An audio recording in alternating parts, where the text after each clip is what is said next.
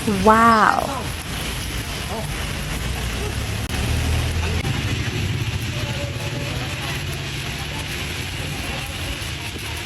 Edwell Street, corner Maria Rosa, kay Ronnie Badilag.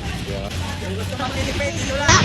Kung saan nga may masarap ay dapat pinupuntahan. At dahil dyan, nandito kami ngayon sa sikat, napakamura at napakasarap na fried chicken ni Kuya Rodi sa Ermita. Sobrang patok na to sa masa dahil sa halagang 50 pesos lang ay meron ka ng fried chicken with rice at 60 pesos naman para sa fried pork chop with rice. Nakakaubos lang naman sila dito ng 400 pieces ng fried chicken araw-araw at 100 pieces naman sa pork chop. Located nga pala tong fried chicken ni Mang Ronnie dito sa Maria Rosa Street, corner Pedro Hill Street at halos katapat lang niya tong Robinson Ermita. Open sila dito ng 11 a.m. Monday to Friday at kadalasan mga alas 4 ng hapon ay ubus na sila. So bali ang in-order natin ay isang fried chicken with rice at isang pork chop with rice. So tara na mga ka-food